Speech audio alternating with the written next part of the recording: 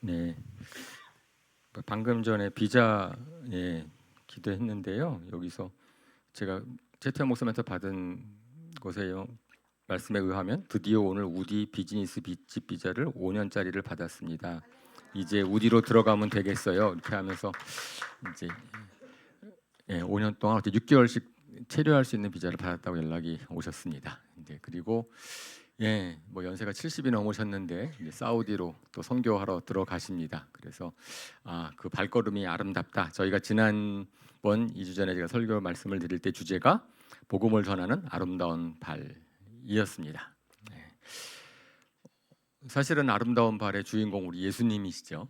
하늘의 모든 영광을 버리시고 이 땅에 오신 예수님, 그 예수님의 발이 가장 아름다운 발이라고 믿습니다. 그리고 예수님은 오셔서 한 군데 머물러 계시지도 않고 이곳저곳 다니시면서 복음을 전하셨어요. 그죠? 오늘 본문 찾아볼 누가복음 5장의 말씀도 예수님이 길을 가시다가 복음을 전하신 한 사건에 관한 것입니다. 바로 12제자 중에 한 명인 마태를 부르는 장면인데 누가복음을 통해서 우리 살펴보도록 하겠습니다. 같이 교독할게요. 제가 먼저 읽습니다.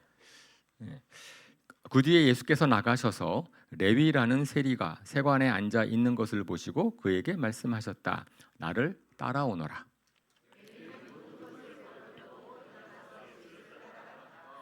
레위가 자기 집에서 예수에게 큰 잔치를 베풀었는데 많은 세리와 그 밖의 사람들이 큰 무리를 이루어서 그들과 한 자리에서 앉아서 먹고 있었다.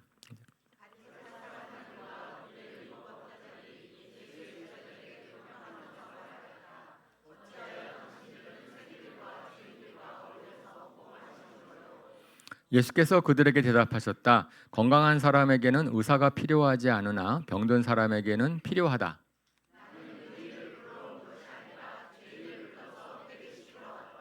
사람들이 예수께 말하였다. 요한의 제자들은 자주 금식하며 기도하고 바리새파 사람의 제자들도 그렇게 하는데 당신의 제자들은 먹고 마시는군요. 한 군데 좀 더 읽을게요. 누가복음 7장 33절 34절 말씀입니다.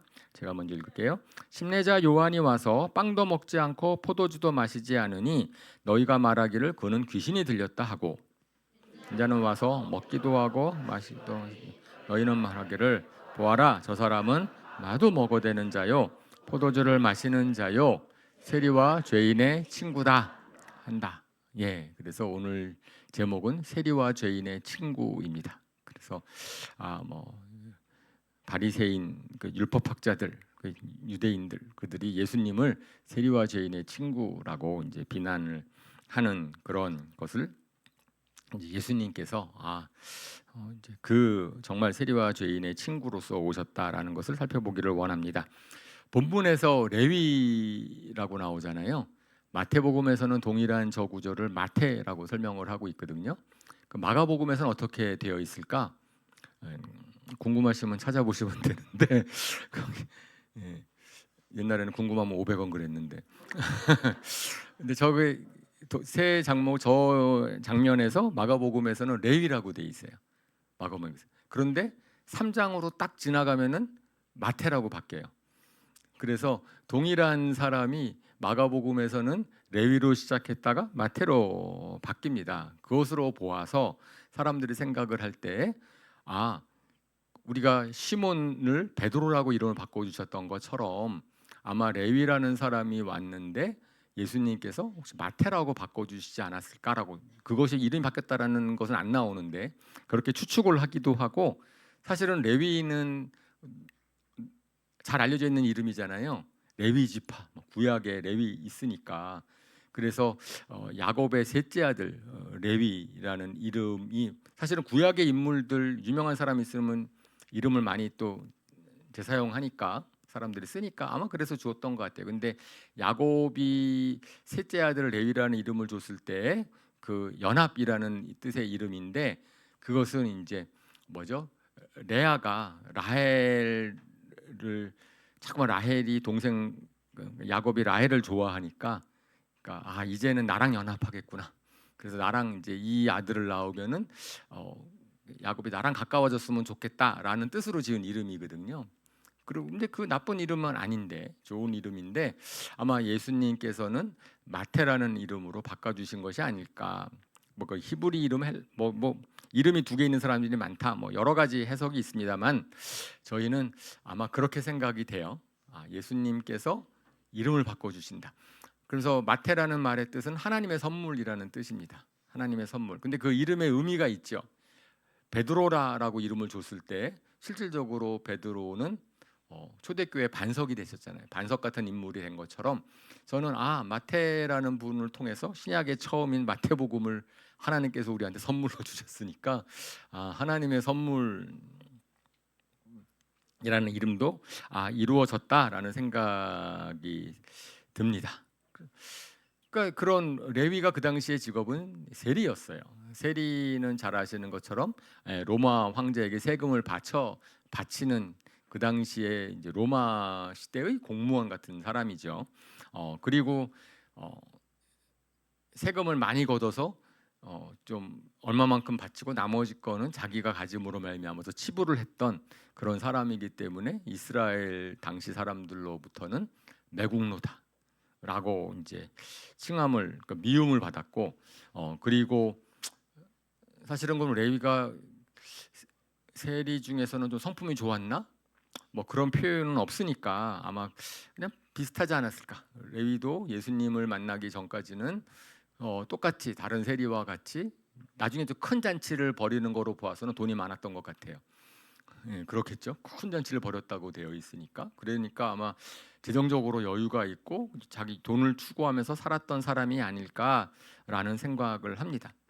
그런 사람들에 대해서 바리새인들이나 율법학자들은 더욱더 유대인들은 더욱더 상종하지 못할 사람. 오늘날에 우리는 이 상황을 너무나 잘 이해하고 있죠. 왜냐하면은 우리의 일제 시대 때 공무원으로 아니면은 그 시대의 상황에서 돈을 많이 치부했던 사람들 그런 분들이 지금은 다 그것이 이제 밝혀내서 그 사람들을 친일파다 뭐 이렇게 하늘려 정죄하려고 하는 것도 많이 있지 않습니까? 그래서 우리는 아마 그 시대 상황들 바리새인들이나 율법학자들이 레위라는 사람을 어떻게 대하였을지 상상할 수가 있습니다. 그런데 예수님은 그렇게 대하지 않으셨다라는 거예요. 길을 지나가다가 레위를 부르시는 거죠. 그러니까 예수님은 성경에서는 항상 우리가 보는 것처럼 그 사람의 과거, 그 사람의 지금까지의 모습은 어떻게 되어 있는지를 가지고 평가하지 않으시고, 그죠? 오늘날의 사람들은 지금 잘해도 옛날에 잘못한 것 하나 가지고선 막 깎아내리려고 하고 낮추려고 하고 그렇게 또 한 사람이 잘 되는 것을 배아파하고 은근하게 잘못했으면 좋겠다라고 바라는 못된 마음을 가지고 있지 않습니까? 우리는 그런데 우리 하나님의 마음은 그렇지 않다라는 것을 또 다시 한번 보게 됩니다. 예수님께서 레위를 부르시는 거예요. 그죠? 제가 그래서 뭐 여러 차례 말씀을 드리지만은 제가 좋아하는 성경 구절 뭔지 아시죠? 고린도후서 5장 17절 말씀. 그래도 다시 한번 소개하면서 읽겠습니다. 시작. 누구든지 그리스도 안에 있으면 그는 새로운 피조물입니다. 옛것은 지나갔습니다. 보십시오, 새 것이 되었습니다. 예수님 안에 있으면은 예수님께서는 새롭게 하신다. 그 사람의 미래 이름도 바꿔주시고 미래도 바꿔주시고 모든 것을 바꿔주시는 분이 우리 예수님이시다. 그 레위가 또 그 한 주인공입니다. 레위는 그런 부르심에 즉각 순종을 했어요. 그죠? 순종을 해서 그래서 예수님의 제자가 된 것입니다. 예수님의 제자로 택함을 받았어요. 그죠? 근데 예수님의 이제 택함을 받았다. 우리가 택함 받았다라고 하는 것은 제가 또 지난번에 말씀을 드렸지만은 예수님의 부르심에 순종한 사람들이 택함을 받는 겁니다. 불렀는데 안 오면 택함 받을 수가 없잖아요. 그죠? 뭐 운명처럼 뭐 저 사람은 택함을 받게 되어 있고 아니면 망하게 되어 있고 이렇게 되는 것은 아니고 결국은 하나님께서는 계속 부르시고 계시는데 부르심에 우리가 어떻게 반응하는가에 따라서 우리는 주님의 택함을 받은 존재가 될 수 있는 것이지요. 그래서 저희도 택함 받고 부름 받은 자로 이 자리에 있다. 우리가 그것을 꼭 기억했으면 좋겠습니다. 예, 그러니까 예수님의 부르심에 순종한 레위는 잔치를 열어요. 그죠? 잔치를 왜 열었습니까? 한 두 가지 의미가 있지 않았을까 싶어요. 예, 첫 번째 의미는 나 이제 세리 그만할래. 그래서 마지막에 이제 그런 뭐죠? 떠나는 의미에서 잔치를 열지 않았을까? 그 친구들을 다 부르죠. 자기 또래 친구들을 불러가지고선 마지막 인사하는 거죠. 그 예수님 근데 그래서 하는 잔치를 했을 것 같고, 그래서 많은 사람 초청했을 것 같아요. 많은 사람들을 자기가 이제 나 이제 세리를 안 할게라고 하는 의미로서의 잔치 있을 수 있고, 사실은 그보다는 예수님을 또 소개해주고 싶었겠죠. 그 같은 친구들한테 세리들한테 우리 예수님을 초청한 그 잔치니까 그래 나는 예수님을 따라갈 것이다라고 하는 그런 잔치를 벌였습니다. 그 외에 다른 많은 사람들도 왔다라고 기록되어 있어요. 누가 왔을까요? 온 사람들. 네, 세리와 상종하기 싫어했던 사람들 뭐 하나 얻어먹으려고 왔을까요? 뭐 그러진 않았겠지요. 아마 세리랑 가까운 사람들이 왔을 것이고, 아니면 유대인들로부터 비난받고 있는 사람들, 죄인 취급당하는 사람들, 어쨌든 그런 사람들이 오지 않았을까. 그러니까 그 바리새인들이나 유대 율법학자들이 보실 때 봐라, 유유상종 아니냐. 다 예수님이랑 어울리는 사람들 다 세리와 죄인들이 아니냐. 그래서 세리와 죄인들은 뭐죠? 그 친구, 세리와 죄인들의 친구라고 했을 때는 굉장히 비아냥거리는 이제 그런 의미로 얘기를 했겠죠, 그죠? 저들과 어울리고 댕기는 거 봐라. 예수님은 저런 사람들 아닌가라고 얘기를 하는 거죠. 그런데 이제 예수님께서는 나중에 정말 내가 그들과 친구가 되러 오셨다라고 얘기하는 그러한 비난거리는 말이 진짜가 된 그것을 한번 생각해 보기를 원합니다. 친구, 네, 어떤 사람이죠? 친구 누구를 친구라고 합니까? 특별히 제가 얘기했을 때 친구 나쁜 친구 말고요, 좋은 친구, 좋은 친구를 상상했을 때 떠오르는 그런 것들은 아마 친구는 다른 목적을 가지고 만나지 않고 그냥 관계성 자체가 목적인 사람들이지요. 그죠?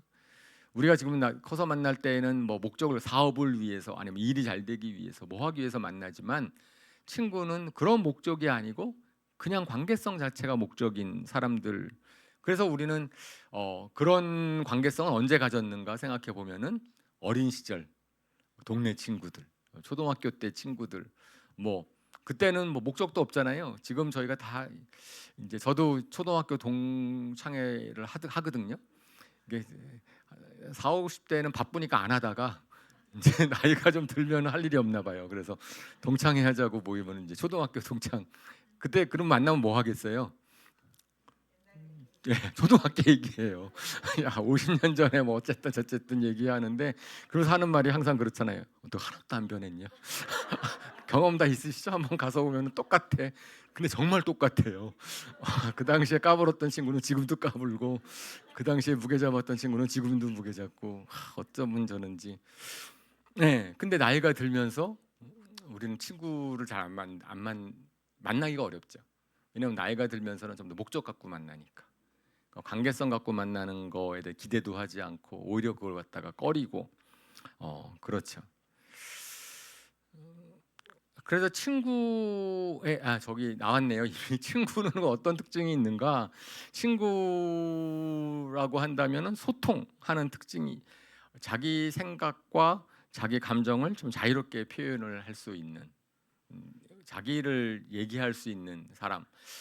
다른 목적 갖고 만나는 사람한테는 함부로 말을 하면 안 되니까 내가 말했을 때 저는 어떤 반응을 보일지. 그래서 말할 때 있어서 저희가 받는 교훈 중에 하나는 뭐냐면은 상대편이 어떻게 들을지를 생각하고 말을 해라. 그것이 지혜로운 것이다라고 얘기를 하는데, 친구들이랑 만날 때는 별로 그런 거 안 따져요. 그냥 하고 싶은 말을 합니다. 왜냐면 소통할 수 있다라는 그런 믿음이 있는 거죠. 그 다음에는 그 가운데 공감하는 게 있는 거죠.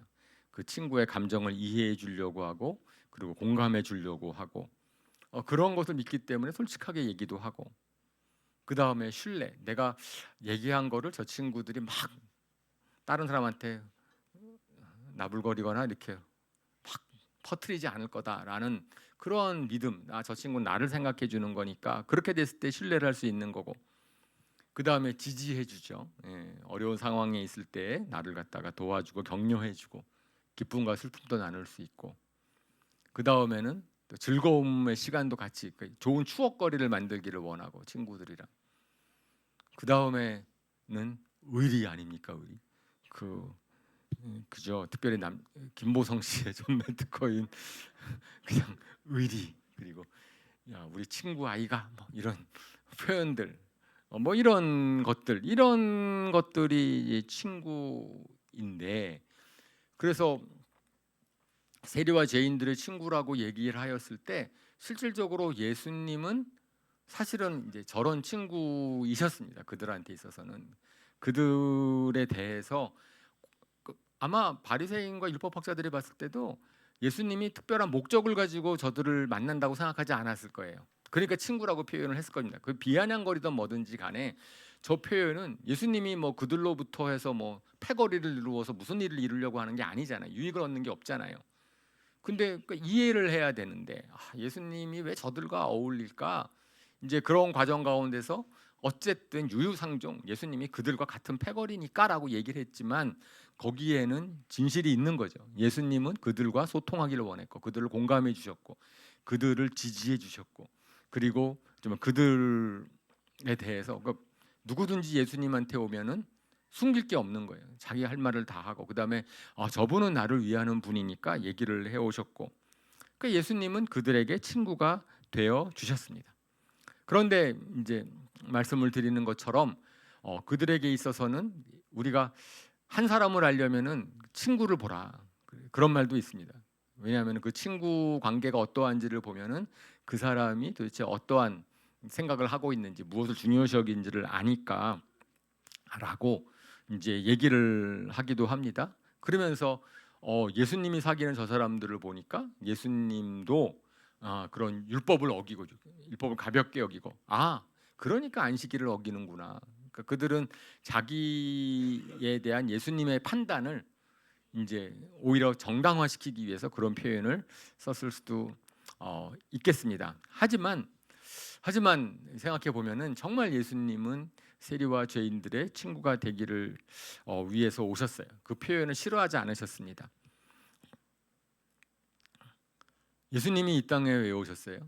세리와 죄인들을 이제 하나님 편으로 돌아오기 위해서 오셨는데, 그렇게 하기 위해서 예수님이 너희 그렇게 계속하면은 벌 받을 것이다 라고 하는 심판자의 모습으로, 아니면 너희 그렇게 하면 안 된다 라고 하는 가르치는 율법 교사와 같은 너희들 빨리 돌아와 이렇게 하는 자로 오시지 않고, 사실은 예수님께서는 그들과 친구가 되기 위해서 오셨습니다. 가까이 하시기 위해서 오셨어요. 그들을, 예수님께서 항상 말씀하시는 게 뭐라고 말씀하셨냐면은 나는 정죄하려고 온 것이 아니다. 정죄하려고 온 것이 아니다라고 얘기를 하세요. 그것이 하나님 예수님이 오셔서 우리를 대하시고 그 당시의 사람들을 대하신 방식이죠. 그래서 로마서 5장 8절에 너무나 잘 아는 5장 8절에 이렇게 말씀하지 않습니까? 같이 읽어봅시다. 시작. 그러나 우리가 아직 죄인이었을 때에 그리스도께서 우리를 위하여 죽으셨습니다. 이리하여 하나님께서는 우리들에 대한 자기의 사랑을 실증하셨습니다. 우리가 여전히 죄인이었을 때 예수님께서 찾아오신 거예요. 그것이 아름다운 발이고, 그 찾아가셔서 하시려고 했던 건 친구가 되기를 원하셨던 것이고, 근데 실질적으로 성경이 얘기하는 거죠. 사람이 변하는 것은 야단쳐서 변하지 않고 교육으로 변하지 않는다. 사랑을 받음으로 변한다. 그죠? 관계성을 통해서 변한다. 사람은 사랑으로 받을 때 변한다라는 것을 말씀하시는 것이 아가페 사랑의 능력이지요. 죄인이었을 때 먼저 사랑을 베푸심으로 그 사랑을 깨달은 사람이 변하게 된다. 변해서 사랑받는 게 아니고, 그래서 사랑을 먼저 받음으로 사람들이 변하게 된다라는 거죠. 아이들일 때야 물론 야단치고 교육해서 변할 수는 있는데, 조금 머리가 사춘기가 지나고 머리 커지면 야단친다고 변하면 계속 야단치겠지만, 우리 부모님들 아시잖아요. 우리 사춘기 지난 아이들은 야단쳐서 안 변하잖아요. 그죠? 야단쳐서 그죠? 잘 안 변하지요. 그래서 저도 야단치는 거 포기했어요.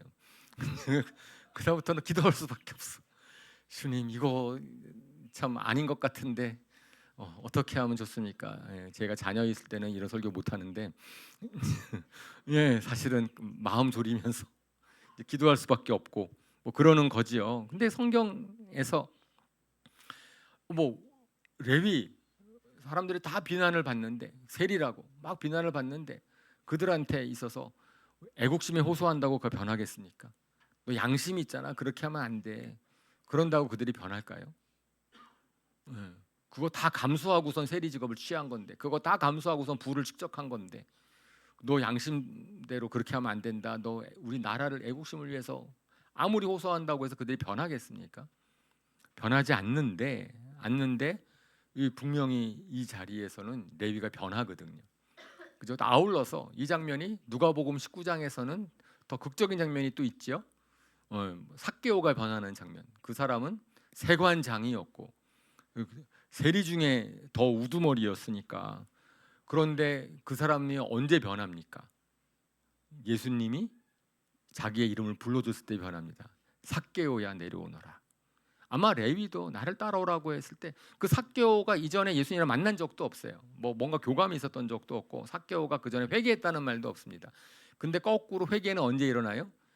예수님이 삭개오야 내려오너라 하고 해서 만나준 다음에 삭개오가 변화되는 거거든요.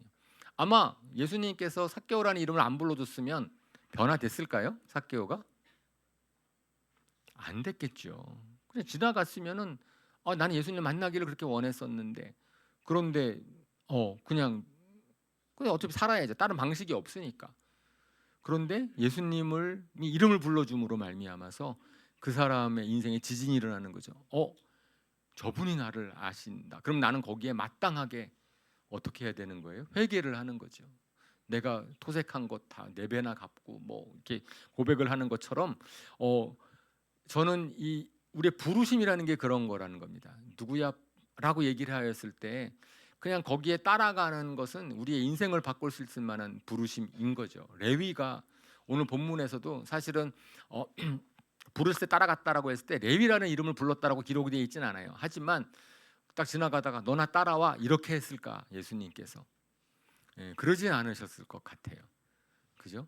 삭개오로 부르셨던 것 마찬가지로 레위를 알아보시고 레위야 따라와라라고 부르셨을 것 같고 그랬을 때 레위는 그 부르심의 의미 왜냐하면 자기가 자기 삶에 만족하고 있지 않았기 때문에 자기가 그죠? 뭐 비난받고 뭐하고 다 좋지만 실적으로 사람들은 그 변화를 할 수 있고 좀 새롭게 뭔가를 하고 싶어하는 기회가 주어지지 않아서 그랬을 뿐이지. 근데 예수님의 부르심은 각 사람에게 기회가 되는 거거든요. 새롭게 할 수 있다. 너는 새롭게 살 수 있다. 너는 새로운 존재가 될 수 있다. 뭔가 그 새로운 피조물인 거지요. 예. 이게 복된 소식입니다. 사실은 예수님이 한 사람을 사랑하시고 한 사람을 관심을 가지시고 그리고 너를 친구 삼아 주시기를 원하신다라고 하는 것이 복된 소식이죠. 예, 세상에서는 다 나를 이용해 먹으려고 하고 어떻게 나를 낮추려고 하고 하는데 그 친구 삼아 주시는 저는 그래서 하나님께서 우리 에덴 동산을 만드셨을 때 사람들이 다 있잖아요. 그럼 그 사람들과의 관계를 어떤 관계라고 표현하면 좋을까라고 그래서 당연히 에덴 동산에서의 사람은 다 가족 관계 아담과 하와로 말미암아 됐으니까 가족 관계는 조건 없이 사랑할 수 있는 관계니까 라고 우리가 표현을 하지만 아울러서 오늘 이제 설교랑 관계에 있어서는 아마 친구 관계를 생각하지 않으셨을까? 보통 보면은 뿌리가 같아도 이종사촌 고종 그 육촌 관계 되면 다 남남이잖아요. 그죠? 뭐 직계만 가족 관계로 막 사랑이 있지 뭐 사촌, 육촌, 팔촌 이렇게 내려가다 보면은 다 남남이지요. 가깝다고 느끼지 전혀 않잖아요, 우리가. 그래서 가족 관계로는 좀 부족할 것 같아서 제가 설교를 준비하면서 다음부터는 친구 관계라고 표현을 해야 되겠다. 에덴 동산에서의 사람들과의 관계는 친구 관계를 하나님께서 생각하지 않으셨을까? 그래서 예수님이 제자들 친구라 그러시고 너희가 서로 사랑해라, 친구가 되라라고 말씀하지 않으셨을까? 왜 거기에는 우리가 소통할 수 있고, 우리가 나를 위하는, 공감할 수 있고, 나를 지지해 주는 사람이 있고, 무엇보다도 의리가 있고, 이러한 관계, 그 하나님이 원하시는 관계가 아니었을까라는 생각을 합니다. 그래요. 그래서 이게 친구, 세리와 죄인들의 친구다라는 그러한 표현이 이제 그 특별히 친구에 대해서 초점을 맞췄는데, 그러면은 그럼 누가 예수님의 친구가 될 수 있을까? 이제 그것에 대해서 좀 생각해 보기를 원합니다. 아까 제가 말씀을 드리는 것처럼 첫 번째로 예수님의 부르심에 응답해야지 가능한 거예요, 그죠? 그 누가 예수님의 친구가 될 수 있을까라고 했을 때 예수님이 설명을 해주시죠. 이제 바리새인들한테 너 세리와 죄인들의 친구구나라고 오히려 비아냥거렸을 때 예수님이 답을 해주시는 것이 나는 건강한 자에게는 의사가 필요 없고 나는 병든 사람에게 필요하다. 나는 의인을 부르러 온 것이 아니고 죄인을 불러 회개시키러 왔다. 사실은 예수님께서 친구가 되기를 원하셨던 사람들은 병든 사람 그리고 죄인들이었습니다. 예수님의 도움이 필요한 사람들이었어요. 예수님의 도우심이 필요한 사람들이 예수님의 부르심에 응답을 했습니다. 사실은 오늘날도 몸이 불편하신 분들이, 몸이 힘드신 분들이 병을 고치시는 예수님을 만나기를 원하고 거기서 이제 나음을 얻으면 또 주님께 더 가까이 나아가지요.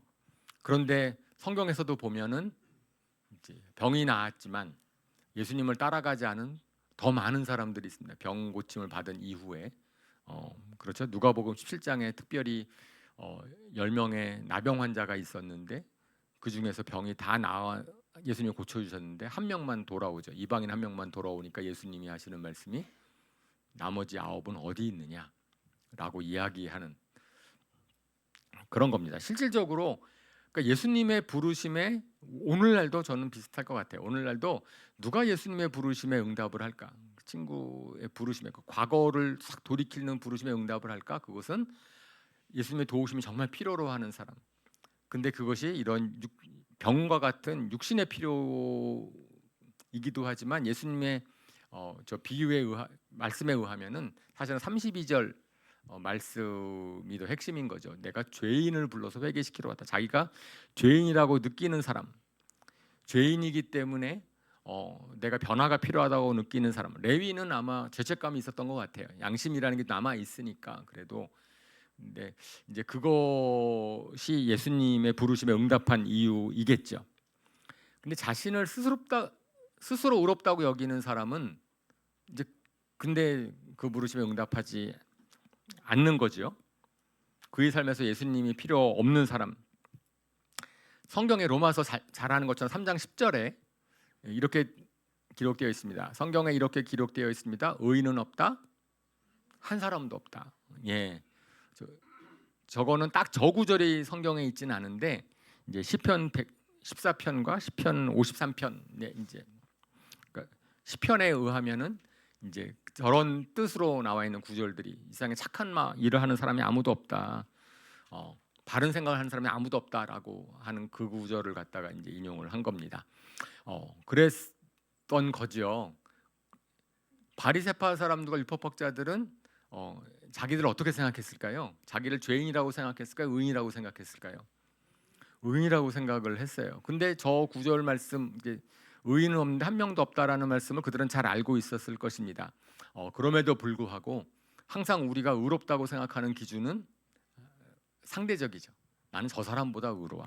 나는 왜 자기를 높이려는 마음이 계속 있으니까 율법을 잘 지키는 자기들은 의롭고 율법을 안 지키는 저들은 죄인이고 이제 근데 그렇게 자기를 의롭다고 여기다 보니까 예수님이 필요 없는 거예요. 여기다 보니까 그런 용서받을 필요에 대해서 느끼지 못하는 거지요. 실질적으로 그래서 안타깝지만 오늘날도 예수님 믿기 참 어려워하는 분들 중에 하나가 착하게 살려고 애쓰시는 분들이 참 어려워요. 선하게 살려고 애쓰셨는데 예수님 아직 모르시는 분들한테 복음을 전하기가 쉽지 않습니다. 근데 그들은 왜냐면 악하게 살아온 사람들과 자신이 동등하게 여김받는 것에 대해서 좀 마음이 상해하시죠. 죄인이라고 하는 것에 대해서 되게 반감을 좀 가지고 계시기도 합니다. 착하게 살려고 애썼는데 죄인이라니, 뭐 이런 것이죠. 예, 저도 사실은 처음에 그게 어려웠어요. 저도 착하게 살려고 애썼거든요. 나쁘짓 안 하려고 막 애썼어요. 뭐 그렇게 했는데 예수님 믿고 나니까, 그러니까 내가 죄인됨이라는 것을 참 실감하기가 되게 어려워서, 그래서 나도 나쁜 짓 좀 하다가 예수님 믿으면은 좋겠다. 간증이 막 그런 간증하면 되게 멋있단다. 어쨌든 감동이 되죠. 야, 정말 저렇게 변하는구나. 막 그렇게 했는데 그런데 제가 지난번에 이제 저는 이제 제가 죄인인 것을 부정할 수는 없었습니다. 저도 이기적이고 저도 자기중심적인 것을 깨달았기 때문에, 사실은 그것의 정도, 그것이 얼마나 심각한 것인지에 대한 것은 예수님을 알아가면 알아갈수록 깨달아지는 거지, 처음부터 그냥 한마디로 레위야 나 따라오너라 그랬을 때, 예수님께서 순애야 나 따라오라 그랬을 때 저는 안 따라갔을 수도 있겠어요. 제가 뭘 잘못했는지 몰라 가지고 이제 뭐 그럴 수 있겠다 생각을 하는 거죠. 근데 결국은 성경에는 의인은 없다라고 얘기를 했으니까 다 죄인일 터인데, 근데 자기 죄를 그렇게 인정하기가 어려운, 죄인이라는 걸 인정하기 참 어렵다라는 생각을 하게 됩니다. 결국은 자기를 높이려는 마음, 상대적으로 저 사람보다 나는 의롭다라고 생각하는 마음을 버리는 것을 의미를 하는 거거든요. 뭐 죄의 양이 어쨌든지 간에 저도 용서가 필요한 죄인입니다. 그래서 막 복음 전하다 보면 이런 질문 많죠. 선하게 살았는데 죽으면 지옥 가나요? 이순신 장군은 어떻게 됐어요? 뭐 이런 질문 받으면 어떻게 대답을 하시겠습니까? 예. 그게 궁금하면은 이제 무물부반 수요일 성경 공부반은 이제 저희가 10월부터 이제 수요일 날 하는데, 그런 답하기가 어려운 질문들에 대해서 속 시원할지 모르지만 어쨌든 답을 얻으려고 애쓰는 그런 시간을 가지려고 합니다. 저는 이제 이렇게 대답을 해요. 그런 질문을 하면은, 예, 저는 잘 모르겠어요. 하나님이 알아서 하실 겁니다. 저는 천국에 갔을 때 이순신 장군이 계셨다 그래도 안 놀랄 거고, 이순신 장군이 안 계셨다 그래도 안 놀랄 거예요. 저는 제가 뭐 이분은 이렇게 될 거고 저렇게 될 거고 판단 내리지 않고 선하신 하나님께서 공의롭게 해주셨을 것이라고 믿습니다. 굉장히 지혜롭죠. 잘 피해가죠. 이렇게 답을 합니다. 예. 근데 그러면서 이렇게 느끼는 거예요. 야, 사람이 자기가 의롭다고 생각하는 사람이 정말 있을까? 하늘을 우러러 한 점 부끄러워 먹기를, 예, 입새에는 바람에도 나는 부끄러워했다. 뭐 이런 식의 시를 썼다고 해서 본인을 의롭다고 생각을 하셨을까? 예. 아마 정말 계시다면은 하나님이 당연히 천국으로 인도하셨을 것 같아요. 왜냐하면 고린도전서 2장에 양심이 재판관이 되어서 뭐 그런 사람들을 하나님께서 판단하신 것이다라고 얘기하는 힌트가 좀 있으니까, 성경에 잘은 모르지만, 그죠? 근데 저희가 바리새인의 모습을 보면서 저희들의 모습을 보게 됩니다. 예, 바리새인들의 모습처럼 다른 사람의 악함은 잘 알고 그들은 잘 지적을 하는데 그러면서 본인의 용서를 받아야 될 필요를 잘 모르는 거지요. 그러니까 못 나가는 거죠. 그러니까 바리새파 사람들과 율법학자들이 율법을 지키려고 애썼을지언정 율법의 가장 중요한 정신을 지키지 못했잖아요. 모든 일을 사랑으로 하라라고 하는, 거기에는 그 행동에는 사랑이 없으니까. 그래서 근데 반면에 그것이 세리와 죄인들을 정죄하지 않으시는 예수님의 모습이랑은 전혀 달랐죠. 그 요한복음 8장에 또 그런 비슷한 얘기가 나옵니다. 잘 아는 것처럼 현장에서 가늠하다 잡힌 여자를 예수님한테 끌고 온 장면이 있지요. 그러니까 예수님과 그들이 얼마나 다른가라고 하는 겁니다. 요한복음 8장 3절에서 7절 말씀 교독해 볼게요. 율법학자들과 바리새파 사람들이 간음을 하다가 잡힌 여자를 끌고 와서 가운데 세워놓고 예수께 말하였다. 선생님, 이 여자가 간음을 하다가 현장에서 잡혔습니다. 모세는 율법에 이런 여자들을 돌로 쳐 죽이라고 우리한테 명령하였습니다. 그런데 선생님은 뭐라고 하시겠습니까?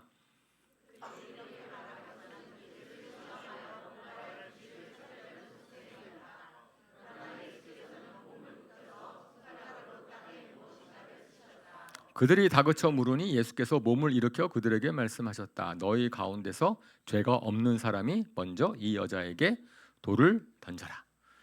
모세의 율법에 이제 가늠하다 잡힌 사람은 둘 다 돌을 쳐라, 돌로 치게 되어 있다는 것을 예수님은 상기시켜 드리면서 어떻게 하실 것이냐고 시험하듯 물어봅니다. 그들의 마음속에는 아마 예수님은 돌로 치라고 말씀을 안 하실 것이다 라고 하는 생각을 했을 거예요. 왜냐하면 오히려 그런 사람들과 친구가 되어줬고 예수님의 과거 행적을 봤을 때 그렇게는 안 하실 것 같으니까, 만약에 돌로 치라는 거 얘기 안 하시면은 모세의 율법을 어긴 자니까 바로 이제 유대인들에게 예수님을 고발할 수 있는, 제사장들에게 고발할 수 있는 뭐 그러한 것이 될 것이고 유대인의 법정에 고발하겠죠. 그런데 만약에 돌로 치라라고 말한다고 한다면 그러면 예수님이 지금까지 해왔던 거랑 모순되니까 공경에 빠뜨리려고 그런 걸 했을 겁니다. 또 만약에 정말 돌로 치라고 한다면은 뭐 로마법에 또 어긋나는 얘기이기 때문에 사람을 로마법에 재판 없이 사형을 집행하는 것 그거 아니니까. 근데 예수님께서 잘 하시는 것처럼 즉답을 안 하시고 좀 시간을 끄신 다음에 그 다음에 아주 지혜롭게 말씀을 하십니다. 죄 없는 사람이 돌로 쳐라. 죄 없는 사람이 먼저 돌로 쳐라. 죄 없는 사람이 먼저 돌로 치면 죄 있는 사람이 나머지 따라 돌을 칠 수 있는, 사람들은 부안해동 하잖아요. 한 사람이 뭘 하면은 막 따라서 이제 할 수 있는데 죄 없는 사람이 먼저 돌로 쳐라 그랬을 때 아무도 먼저 치지 못하는 거예요. 그리고 또 땅에서 뭘 쓰니까. 그래서 어떻게 됐어요? 결론, 이 사건의 결말을 아시죠? 나이 든 사람부터 떠나갔다고 되어 있습니다. 그죠?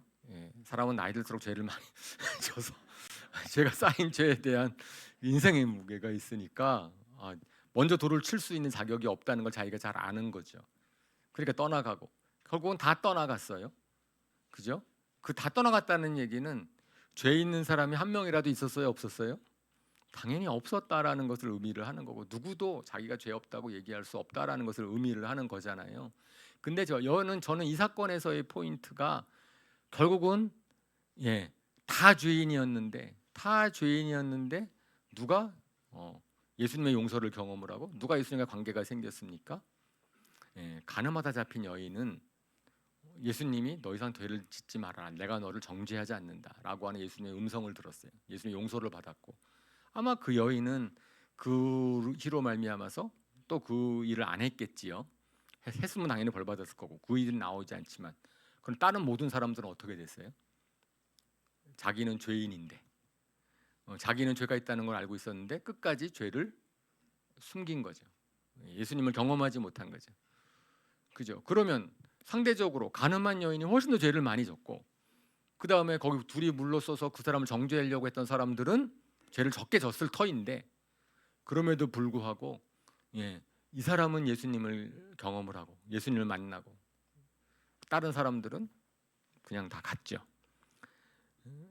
그게 죄인을 부르러 왔다라는 것의 의미라고 생각을 합니다. 죄인을 부르러 왔다라고 하는 것은 정말 죄를 많이 지은 사람을 부르러 왔다는 것이 아니고, 내가 죄인입니다라는 것을 인정할 수 있는 사람, 죄 많고 적음의 문제가 아니고 제가 정말 용서가 필요한 죄인입니다라고 하는 것을, 사람들이 가지고 있는 개념은 자기가 죄를 숨기고 싶어 하잖아요. 그리고 죄를 어떻게든지 간에 그거를 갖다가 보상해서, 이슬람이나 불교나 다른 종교들은 선행으로 자기의 죄를 덮으려고 합니다.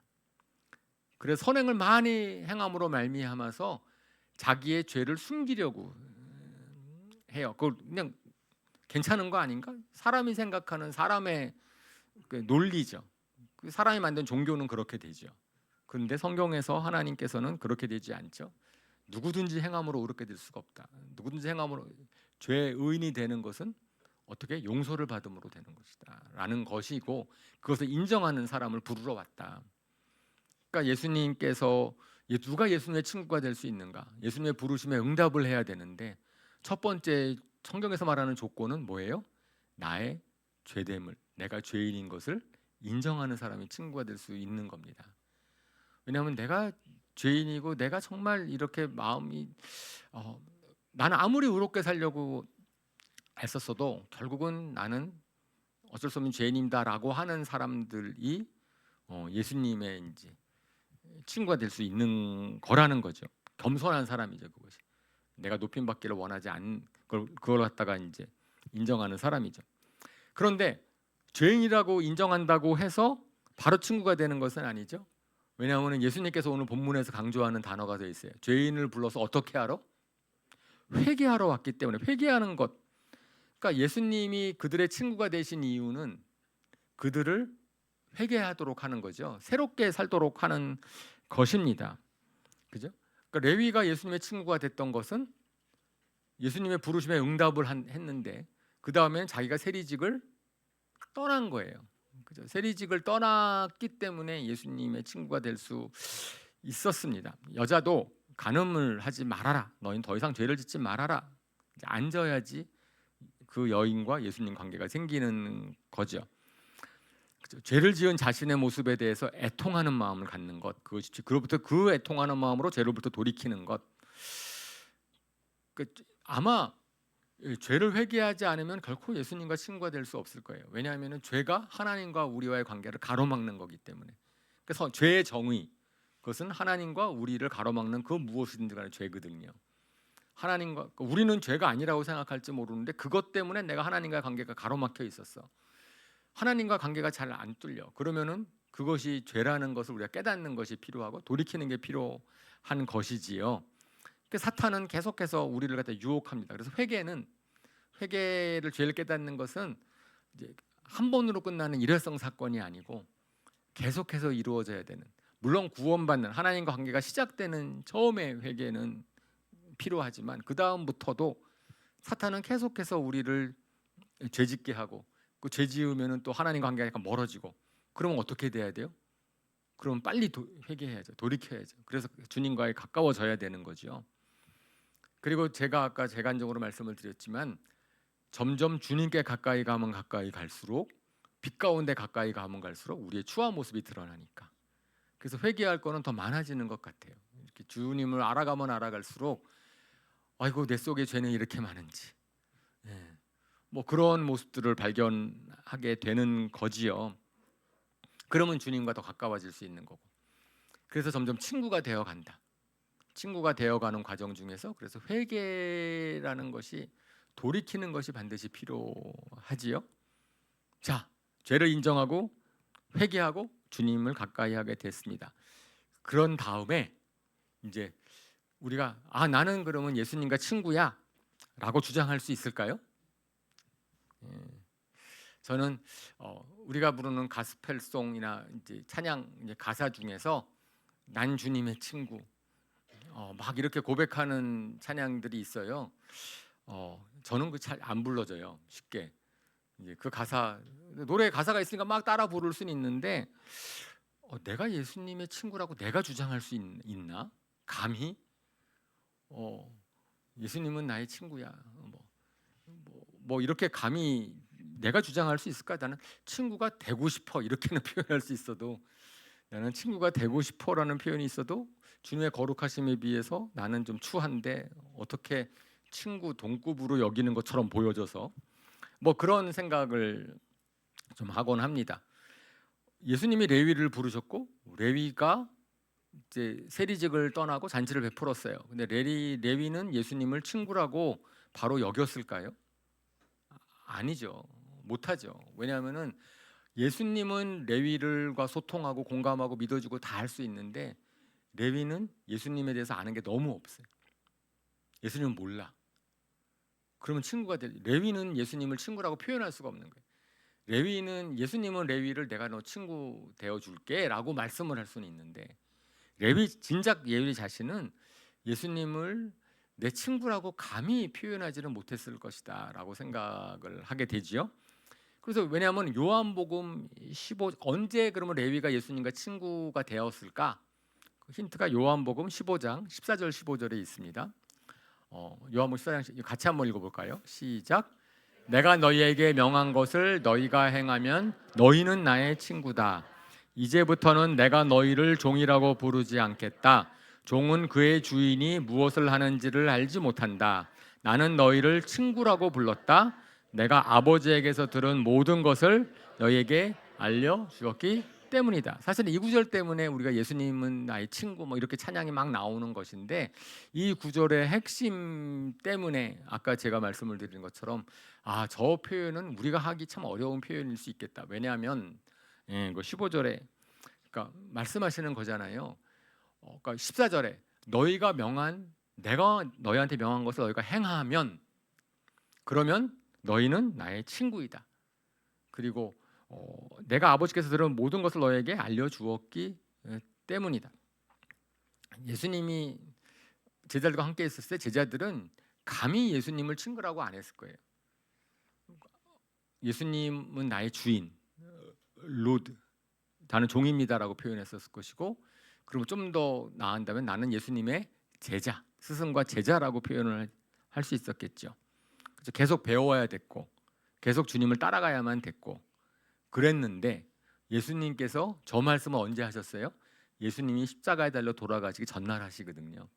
그리고 예수님이 십자가에 달려 돌아가시고 나서는 제자들을 이 땅에 남겨두실 것이고 제자들이 한테 사명을 맡기실 거거든요.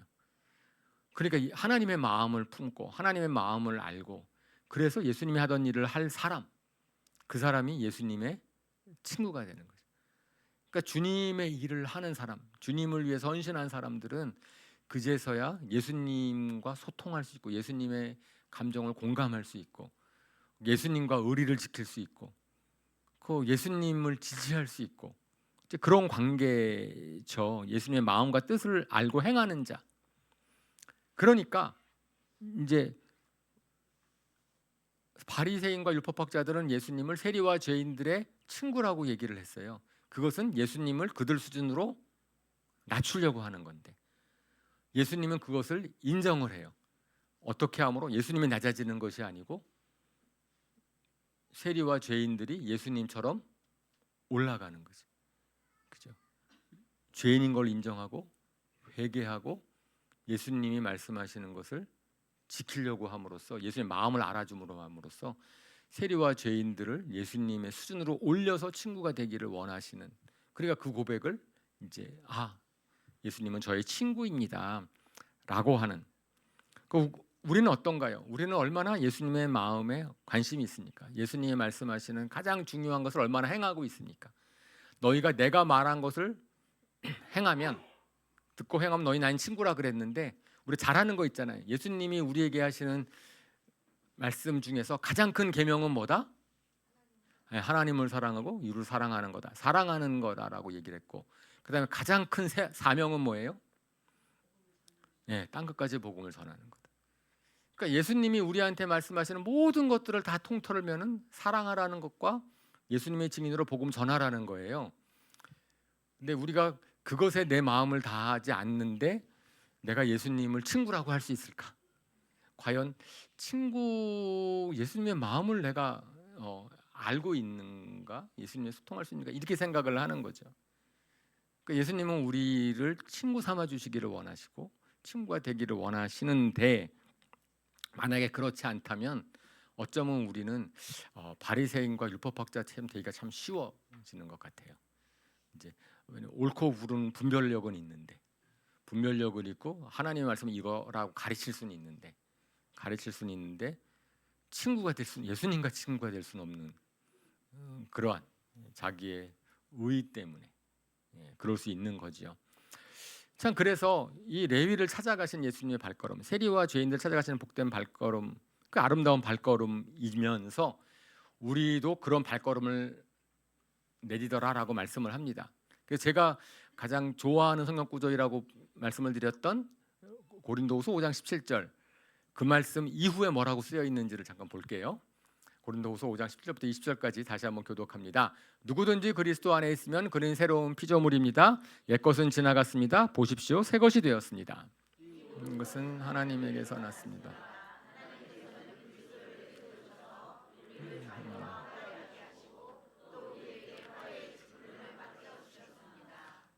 곧 하나님께서 사람들의 죄가를 따지지 않으시고 화해의 말씀을 우리에게 맡겨주심으로써 세상을 그리스도 안에서 자기와 화해하게 하신 것입니다.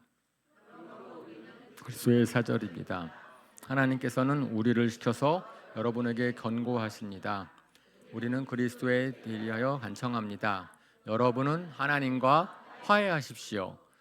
새로운 피조물에서의 정체성, 그것은 세상을 하나님과 화해하도록 하는 새로운 직분을 맡은 자이다라고 합니다. 예수님으로 말미암아서 우리가 화해했어요. 그래서 우리가 주님의 사람이 되면 그러면 그 다음에 우리의 정체성은 화해를 퍼뜨리는, 다른 사람과 화해하는 것인데, 거기에 19절에 뭐라고 되어 있냐면은 죄가를 따지지 않고, 사람들의 죄가를 따지지 않고, 그러니까 과거가 어찌됐든지 간에 오히려 그런 죄가를, 레위의 죄가를 따지지 않으시고 예수님이 하나님과 화해시키는으로 부르신 것처럼 우리도 그렇게 하라는 것이지요.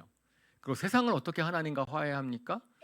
그것은 제가 2주 전에 말씀을 드리는 것처럼, 제가 예수님을 믿고 나서 한 사람을 주님께로 데려오면, 한 사람과 주님과 화해하면은, 그러면 그것이 세상을 하나님과 화해시키는 일이다. 저에게 소망이 생겼다고 말씀을 드리지 않았습니까?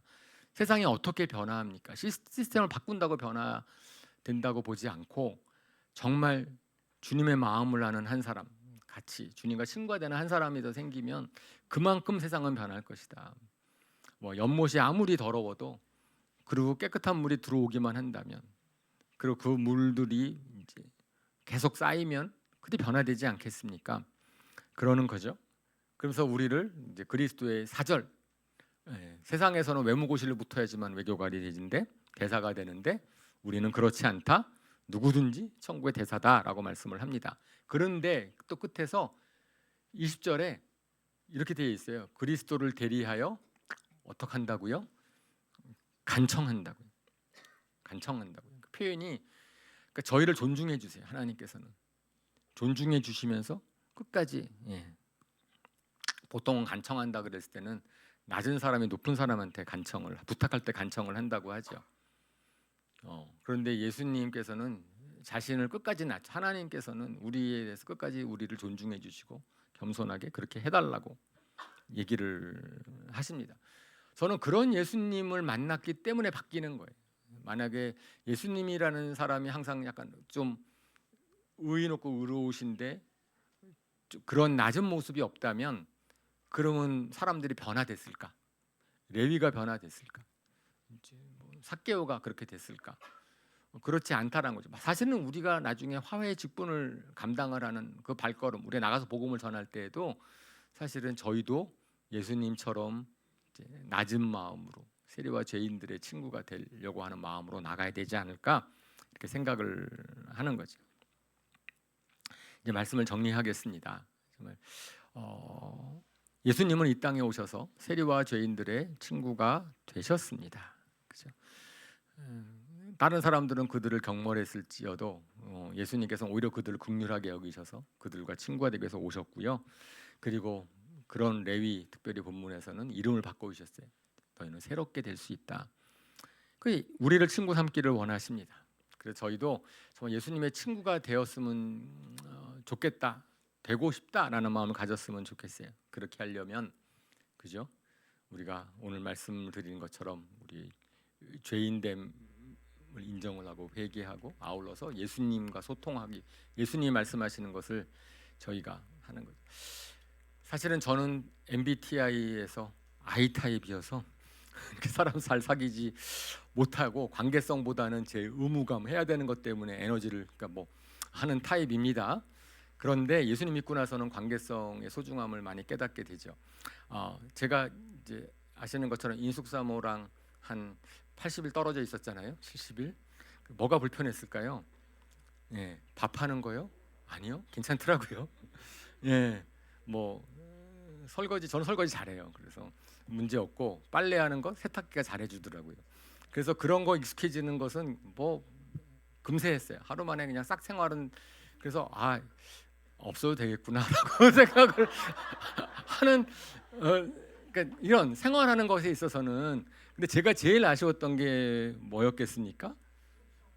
대화할 사람이 있는 거. 허심탄회하게 제가 얘기하고 지지를 받고 격려해주는 관계성이 제일 아쉽더라고요. 그래서 인수사모가 나한테는 친구구나 라는 생각을 제가 깨달은 거죠. 예, 뭐 항상 박수 칠 일이에요.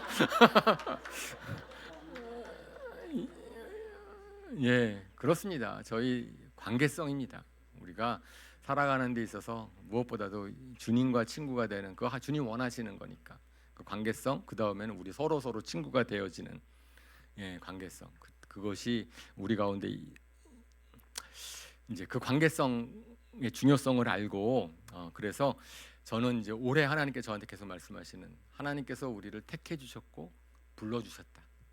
이제 그 의미, 우리는 불러 주셨기 때문에 우리가 거기에 응답함으로 택함을 받고 예수님과 친구가 될 수 있게 되었습니다. 정말 우리가 예수님과 친구가 되기를 원하는 저와 여러분이 됐으면 좋겠고, 그것을 위해서는 예수님이 말씀하시는 두 가지 정말 중요한 것, 사랑하는 것, 그 다음에 복음을 전하는 것, 거기에 우리의 마음을 쏟는 저와 무릎을 낮은 마음 성도님 되시기를 주님의 이름으로 축원합니다. 아멘. 우리 이 시간 눈을 감고 우리 주님이 주시는 깨닫게 하시는 말씀을 가지고 기도합시다. 우리의 헌신과 결단을 주님 앞에 기도로 올려드리겠습니다.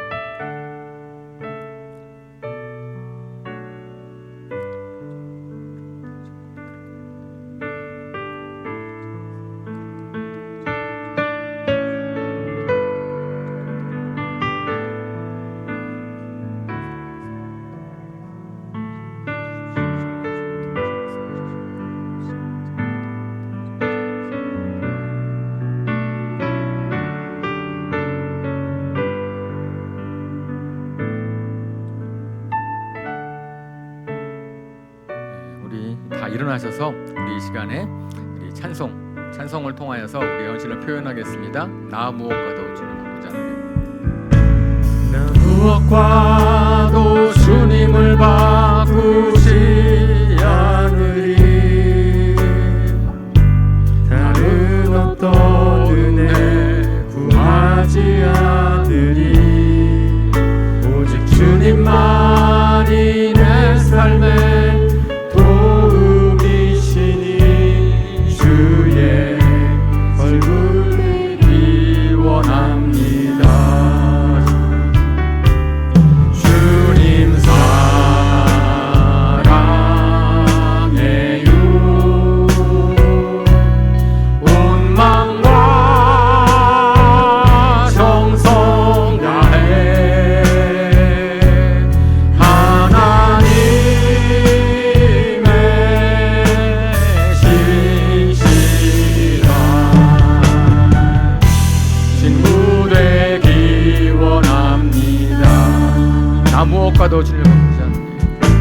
나 무엇과도 주님을 바꾸지 않으리. 다른 어떤 은혜 구하지 않으리. 오직 주님만이 내 삶의 도움이시니 주의 친구 되기 원합니다.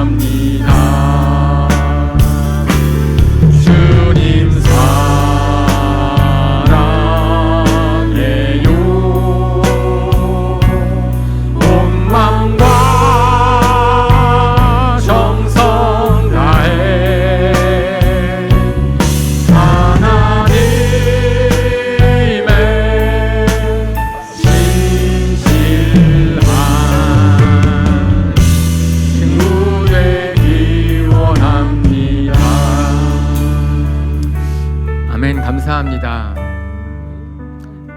정말 죄인이었던 저희를 친구 삼아 주시기 위해서 하늘의 모든 영광을 버리시고 이 땅에 오신 예수님 감사합니다. 하나님, 저희가 부른 찬양의 가사처럼 저희가 예수님의 친구가 되기를 원합니다. 정말 저희 죄인입니다. 하나님, 의롭지 않습니다. 주님, 저희가 돌이키기를 원합니다. 그리고 주님께서 저희에게 명하신 것들, 말씀하신 것들, 저희가 주님의 마음을 알고 기꺼이 순종하기를 원합니다. 하나님, 그런 마음 저희에게 지속되게 하여 주시고 오늘 결단한 모든 결단의 내용들 주님께서 지지하여 주시고 응원하여 주시고 힘 주시고 성령님께서 이끌어 주심으로 말미암아서 정말 저희가 주님과 더 가까워지고 그리하여서 주님의 친구 삼아 주심에 너무 감사를 드리고 아울러서 하나님 저희 모든 성도님들 간의 관계가 정말 천국에서의 관계처럼 친구와 같은 그런 관계성으로 주님 인도하여 주시옵소서. 오늘 말씀 주심을 정말 감사합니다. 예수님의 이름으로 기도합니다. 아멘.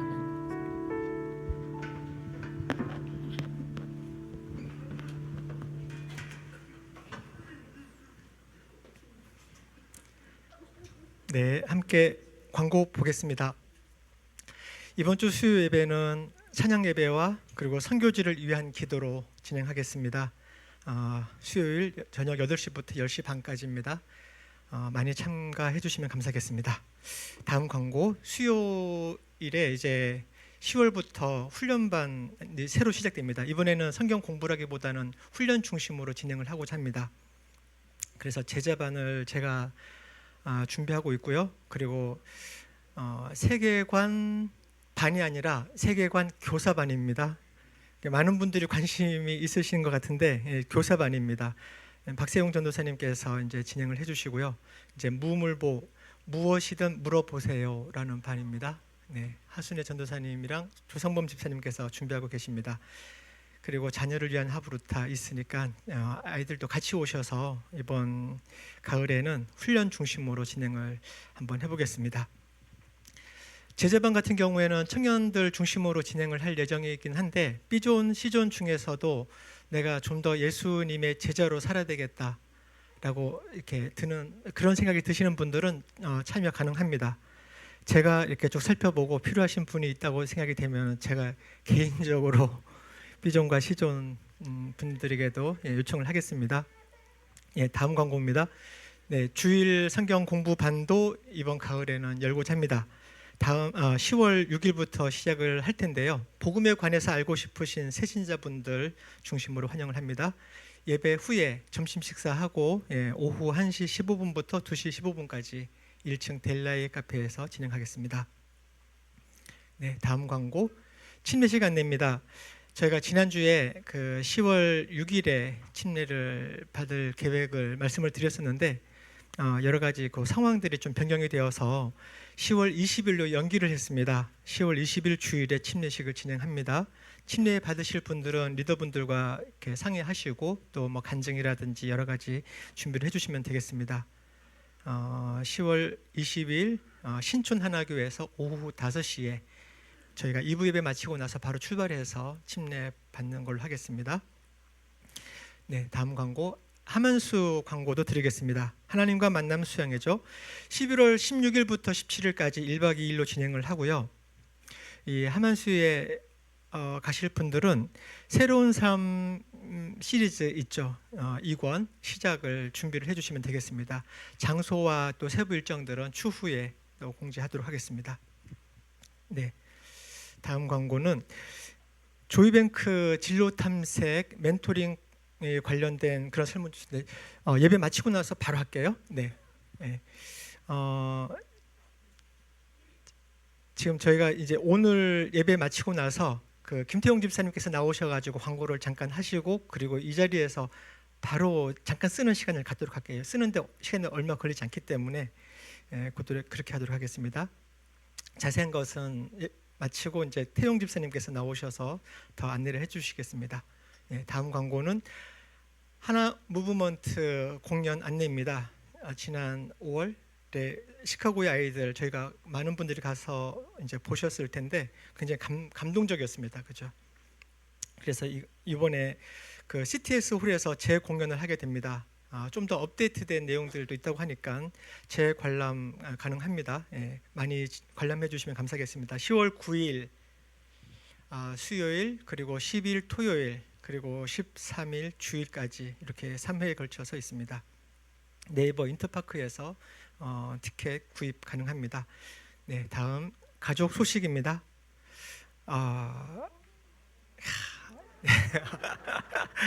네, 은길상 조는숙 집사님 가정에 손녀 리디아가 태어났습니다. 감사드리며 1, 2부 떡을 섬겨주셨습니다. 축하합니다. 할아버지입니다. 이제 할머니입니다. 네, 셔틀은 주보 참고하시면 되고요. 그리고 오늘 방문해주신 분들이 몇 분 계십니다. 이기종 성도님, 우리 최불 성도님의 지인이십니다. 예, 환영합니다. 네, 환영합니다. 함께. 네. 그리고 또 계십니다. 우리 김성아 집사님 지인이십니다. 반지현 그리고 박선희 어머님이시군요. 예, 박선희 두 분 오셨습니다. 네, 환영합니다. 네, 함께 식사하며 교제 나누시면 감사하겠습니다. 오늘 금주의 암송구절 읽고 그리고 멘토 관련한 광고를 이어서 하도록 하겠습니다. 예배는 요걸 마치겠습니다. 함께 읽겠습니다. 시작. 나는 의인을 부르러 온 것이 아니라 죄인을 불러서 회개시키러 왔다.